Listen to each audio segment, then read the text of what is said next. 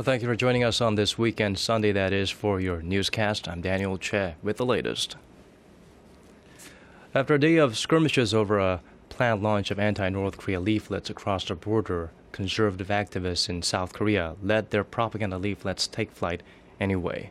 Attention now shifts to whether Pyongyang, which had repeatedly warned of grave consequences for such actions, will stand by an inter-Korean deal for talks. Our Choi You-sun starts us off. Despite strong resistance from progressive civic groups in Seoul and South Korean businesses at the inter-Korean Kaesong Industrial Complex, conservative activists in South Korea sent some 20,000 anti-North Korea leaflets across the border late Saturday. We have decided to openly send the leaflets to show the public that brutality and violence cannot stop the dissemination of truth. While Pyongyang hasn't yet reacted to the latest leaflet launch, it had warned of military action and significant damage to inter-Korean ties should the South Korean government fail to stop the activists. Acknowledging the leaflets do nothing to improve inter-Korean relations, Seoul on Sunday reiterated its position that there are no legal grounds for stopping the launches out of respect for the constitutional value of freedom of expression. A Unification Ministry official, however, added that the authorities have and will intervene if necessary to ensure the safety of South Koreans, either because of North Korean threats or an internal clash resulting from the leaflet launch. Experts here in the South predict the North could either carry out a provocation or walk away from a scheduled round of inter-Korean talks, demanding Seoul come up with a way to prevent further launches. Seoul had proposed October 30th for the talks. Others say that even if the high-level talks occur, the leaflet issue will likely become a bone of contention between the two sides. Choi You-sun, ARIRANG News. It looks like Seoul and Washington will maintain a joint decision-making process in their revised civilian nuclear energy cooperation pact.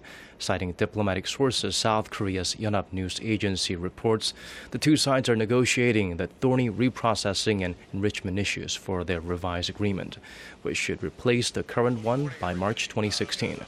Seoul wants more autonomy on the matter, while Washington is reluctant to allow it, in line with its non-proliferation policies. In that regard, the two sides are reportedly considering easing some restrictions on Seoul's decision to reprocess fuel for research and development. The foreign and defense ministers of the two countries noted significant progress was made on the negotiations at the recent 2+2 meeting in Washington. The Japanese government has rejected a request from Koreans to participate in the search for the remains of family members who died in Japan during the Pacific War. A Korean civic group had asked Tokyo to let Korean families take part in this project to find and excavate the remains of Koreans who were conscripted by the Japanese military during its colonial rule over the Korean peninsula from 1910 to 1945. The group also asked that Japan's Labor Ministry conduct DNA tests on all remains that Japan finds to identify the soldiers. They said that the Japanese ministry has not yet responded to these requests, though. Japan did send an official reply in August that said foreigners should participate in projects carried out by their own governments. Staying on the subject of Korea-Japan relations, Korea's parliamentary speaker Chung Eui-hwa is in Japan for talks with top Japanese politicians, including Prime Minister Shinzo Abe. The topics up for discussions during his three-day visit include ways to resolve various historical issues stemming from Japan's colonial rule of the Korean peninsula, as well as how to advance the two countries' bilateral ties. The visit comes at the invitation of Bunmei Ibuki, the Speaker of Japan's lower house of parliament. In addition to Ibuki, Chung is scheduled to meet with Masaki Yamazaki, the president of the upper house of parliament, and Abe on Monday. Korea is on top of the world in certain economic sectors, but is falling behind on others, according to a new report. And as our Kwon So-hwa tells us, the gap between the two could be a stumbling block for the country in the future. Korea is performing well in manufacturing and trade, but is still a step behind in quality of life and labor conditions, which could eventually hold the country and its economy back. The Korea International Trade Association's annual report, based on data from around 170 sources in various economic categories, was released on Sunday and shows the country's biggest strengths and weaknesses. The manufacturing sector continues to do well, as Korea shipped the largest number of mobile phones in the world in 2013, and its semiconductor sales and ship orders were the second highest in the world. Automobile and steel production landed in 5th and 6th place.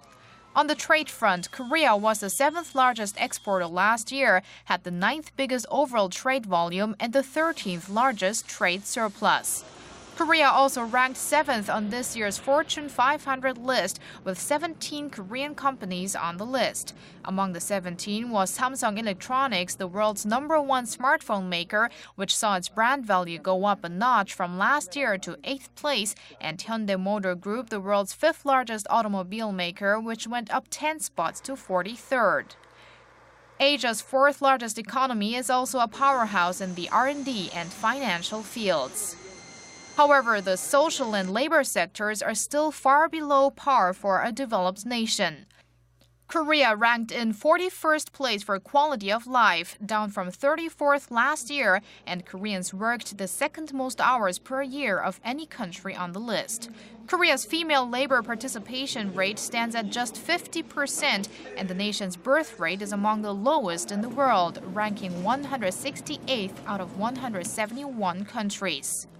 The Trade Association attributed Korea's uneven economic development to its rapid economic growth, adding the gap between certain sectors needs to be narrowed to achieve more stable growth. Kwon So-ah, ARIRANG News.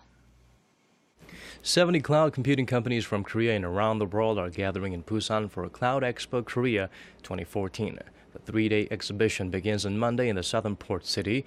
The companies will put their newest technologies and products on display, plus meetings and conferences for them to share cloud-based technology trends. The Ministry of Science, ICT, and Future Planning, the event host, hopes the expo offers visitors more information about cloud computing, lets them experience related services, and increase awareness of the technologies that can contribute in the growth of related businesses. The Cloud Expo is one of the events being held on the sidelines of the ITU Plenipotentiary Conference in its second week. Hong Kong's chief executive C.Y. Leung has reiterated his refusal to resign after being asked to do so to take responsibility for the current political crisis. In an interview with cable TV Hong Kong, Leung said it is necessary to go back to the existing legal framework to resolve the current crisis, instead of using illegal means to express individual views.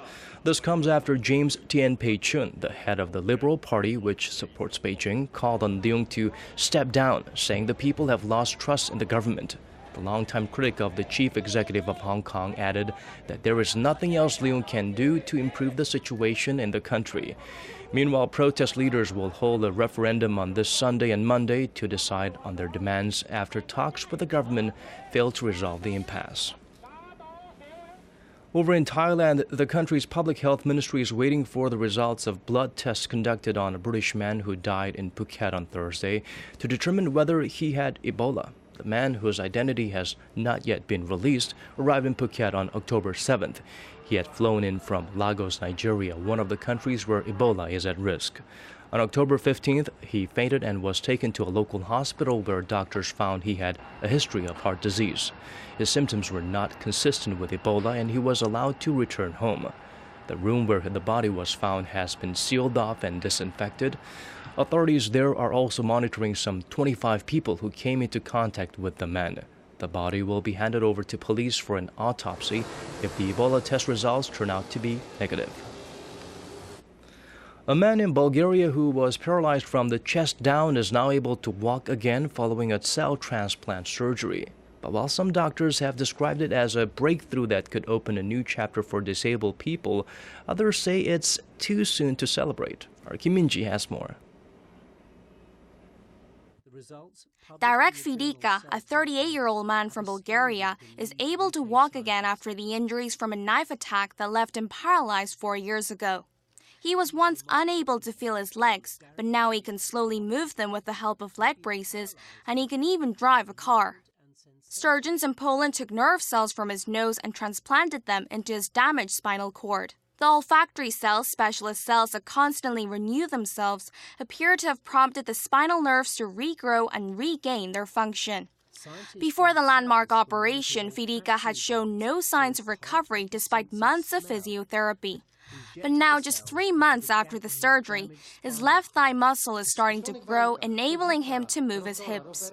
The BBC, which broadcast a documentary about the procedure, described it as a breakthrough, saying that if further developed, it will result in a historic change for people with spinal cord injuries. However, others in the field are reluctant to be too optimistic about the procedure, saying that more research is still needed. Kim Min-ji, ARIRANG News.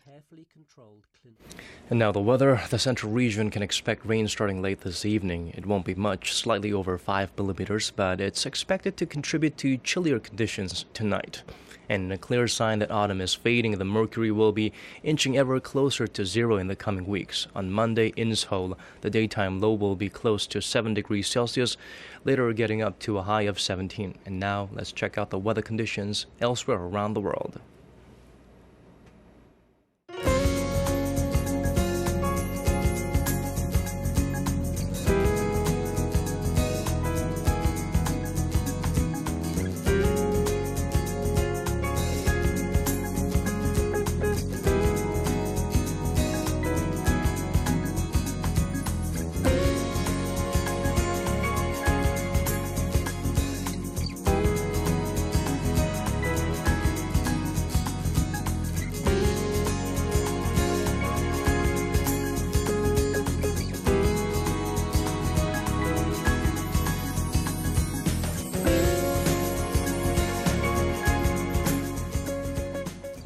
And that does it for us for now. We'll be back with more at 10 p.m. Korea time, and we hope you'll join us then.